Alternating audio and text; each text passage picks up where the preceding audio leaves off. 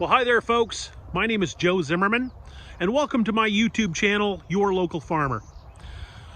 Today, I wanted to show you a little bit about blueberries, and specifically how we prune blueberries. I had a person ask about it, and I thought I'd make a quick video about it. So here we go. So first off, here's our beautiful blueberry field. We have about 4.5 acres of blueberries that we raise every year. Many different varieties, by the way. We raise several varieties so that we can extend our season from the end of June through October, roughly. We raise several varieties such as Spartan. We have a variety called Blue Crop. I believe we have some Early Girl, I believe, is one. Last Call is another. Last Call, of course, would be a late season variety. But yeah, here's our blueberries. Now, unfortunately, folks, I missed a particular time window, let's say, and unfortunately, our crew of workers has already come through and pruned these blueberries for the year. But I think that's okay, because we're just going to walk through it and kind of, walk you through the steps of what you would look for when you're pruning blueberries. Okay. So the first thing I want to point out about these blueberry bushes is if you look down here at the bottom, you'll notice that there's about, let's say half a dozen canes coming out. Anywhere from on the short side, we'll have some that'll only have 3 or 4 canes, but we're looking for 7 to 10 maximum on the maximum side. I've seen a lot of blueberries where they'll have 15, 20, 25 canes coming out of there, and that's really just too much, at least for good berry production. You're really looking for only about like I said, 6 to 8, maybe 10 or 12 on the top end. Okay, so before we get started, the first thing when we go to prune we're looking for is any canes that look diseased, okay? Dead, diseased, or dying canes. We're going to look up here through the canopy, if you will, of the blueberries. We're going to see if we have any that have a disease issue. Maybe they're broken, maybe they're damaged, maybe they've been damaged by a piece of machinery like a tractor going through the field. So the first thing we're going to do is if there's let's say this cane here was damaged partway down, we would actually go clear down to the ground and cut him off at the ground. Okay, now there's an opportunity. Let's say we only had 2 or 3 canes. Maybe we would cut him partway up. That's totally permissible. We can do that. But the thing is that blueberries only produce on a second year cane. So if we cut him off right there, he would send a new cane up this year, but we would not get any berry production on that cane until next year. Now, with that being said, we have one primary disease that we have to control very hard in this area, and it's a disease called Pseudomonas. Okay, Pseudomonas is also referred to as bacterial canker. It's a bacteria in the cane, and that bacteria will travel down through the plant and just, well, let's put it this way, it'll choke the plant. I really don't know of another way to put it other than the fact it will physically slow and choke the plant until ultimately the plant dies. Now, the key to controlling that bacteria is through hard pruning, okay? And it is very important to prune annually and to continually try to prune it out, okay? So let me show you that bacteria that we have here in the Northwest and what we have to do to control it. Okay, folks, I found the trick. I have to actually put my hand behind the limb in order to get it to focus here. Okay, so this is part of what we call Pseudomonas. You can see the browned little twigs coming off. Okay, you can see how it's diseased. This is what we deal with. Now let me show you some more of it here. And the reality is the only way we can control this is through hard pruning, okay? Here's some more of it. You can see here's the disease probably entered through the end, and it's just continuing to travel down the stalk, okay? You can see it's down about that far. Now, what I would recommend, if I were to physically prune this bush, I would come clear down here, probably to where it enters that branch, and just cut it off right there, okay? If I was really concerned about it, I would even take it down. You see how this branch is down here? I'd even take that whole side off. Now look at all of this good material that I'd have to take off with it. Now, is taking that much material off a great thing? Probably not. But the thing to remember is that we are trying to save the plant, if you will, okay? And by the way, as I mentioned, our crew has already been through here and pruned this, so you can see they missed some of this, okay? And trust me, folks, our crew can prune as hard as they want, and I guarantee you I could still come out here and find it. It is just that prevalent around here in our area. Okay, so here we have some more Pseudomonas. And you notice how it just looks like this branch has just died. You know, it goes up so far and it just dies. The reality is actually it goes from the other end. It's actually dying. If we left this as it were, it's actually dying back into the stalk. The Pseudomonas will actually travel downward in the stalk here and continue to kill the stalk further and further down into the plant, okay, if left unchecked. Okay, so for us, it's very important that we prune very hard every year and try to get this disease out.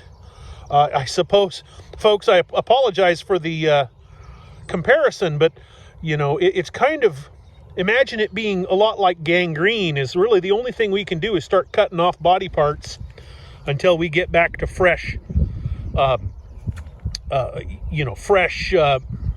fresh meat, do we want to call it that? Anyhow, so we're just trying to get rid of that disease as much as possible.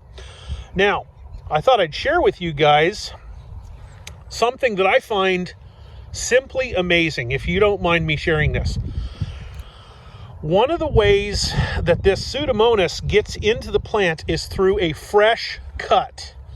Where we have pruned. Let's say, look right here. You see some pruning marks there and there.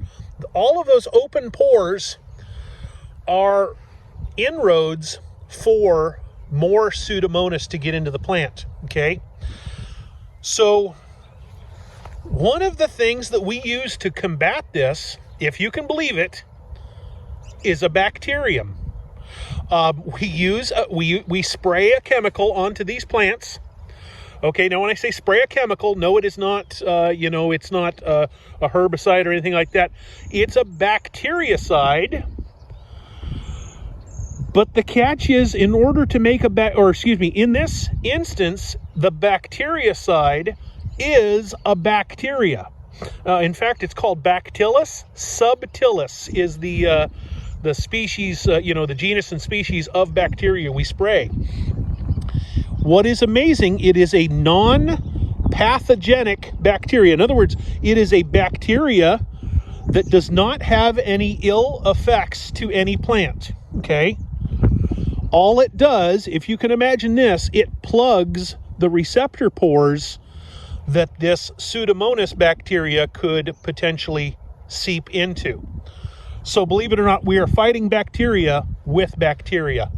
How's that for some crazy technology? Okay, so the first thing we're going to do is we're going to, as we were saying, take out any dead, diseased, or dying branches. We're going to prune for that Pseudomonas, that disease we were just talking about, okay? The next thing we're looking for is branches that are, well, let's just say in the wrong place. And I found one here that I probably would have pruned a little differently than our crew would have. Do you notice this branch down in here?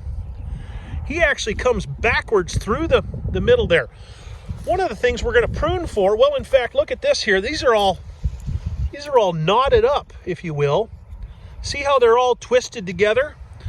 So we're looking for branches that are crossing or interfering with one another. Okay, now that's not terrible. It's not the end of the world. But I probably would have pruned that a little differently. I may have even just come in right in, oh, where's my hand? Right in here and cut that guy off, because that guy goes up between those two, and yeah. Okay. So like I said, first you're looking for dead disease dying. Then you're looking for crossing. One of the ones that I've seen from time to time is you'll have a branch that comes out and then it'll send a runner out back through the middle. Now, if it's, folks, this is pretty wide open, so it's not the end of the world. But I've seen bushes that are, very full. And I guess that's the real catch, is if it's very full, take the ones out that come from one side and go across to the other. And open them up so that they're, they have good airflow in the middle of the bush, okay? The next thing we're gonna do, okay, blueberries. The blueberry canes, of course, grow out of the ground, kind of out of a common crown, if you will. Many plants have what they refer to as a crown, which is a root ball down in the ground. I don't know if that's exactly the correct terminology for blueberries. But you notice these canes growing up here, okay? Well, the problem with the canes is as they get old, they get tired. They don't transport energy the same as they did before. So the next thing we're going to do is we're going to look through our bush here, remembering that we're going to want, between, 6 to 12 canes coming out. We're going to pick the oldest cane and we're going to cut it right at the ground. The plant, in response to that, will always send up another cane. And in fact, let's look down here, folks. Do you see that there's some relatively new canes? Here, let's look over here. I think we got a better view over here.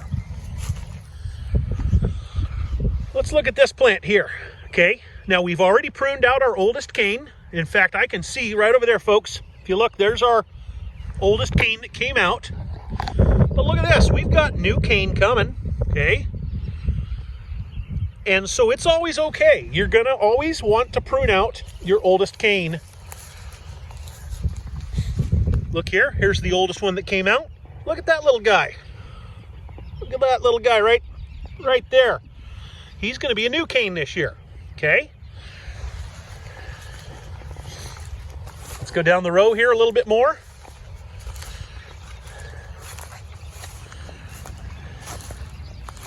Here we are. Oldest cane was pruned off. Look at that brand new cane coming up. So don't worry. I know a lot of folks are very hesitant about pruning. And I have to tell you, the thing that you need to do is be, I apologize, this is just me. You need to be decisive and you need to be aggressive, which are two things that I found that people generally are not when they want to prune. It's okay to prune hard.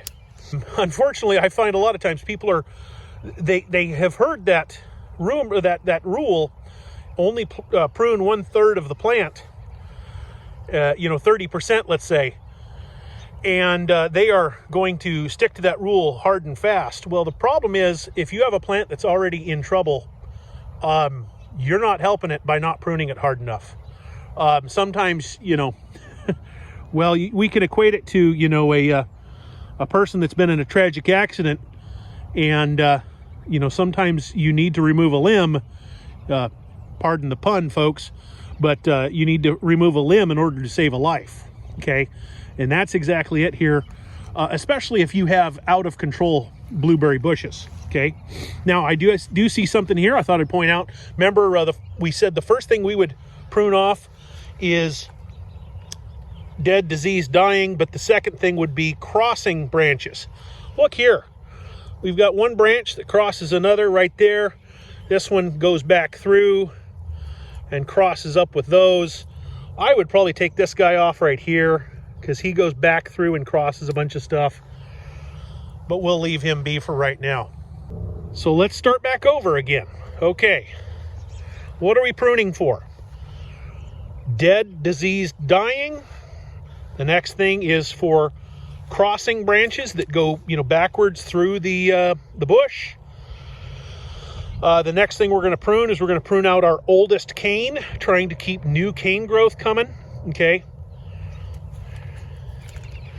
And the very last thing we're going to prune for is we're just going to do a general pruning to make sure that we have the correct shape and the correct number of canes. Now, if you have, and I've seen this before, if you let them get totally overgrown, you've got 25, 30 canes.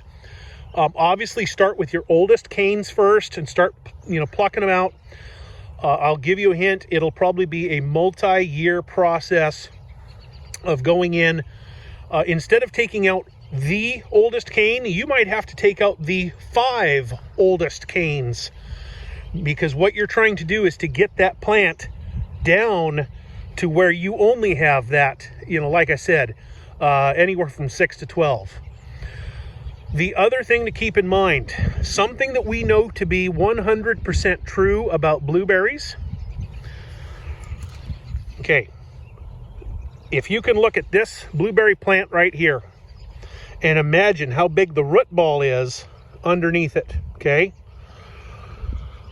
The root system dictates, and I apologize, folks, I might not be 100% true on this, but I'm speaking in a very general term, or very general manner here.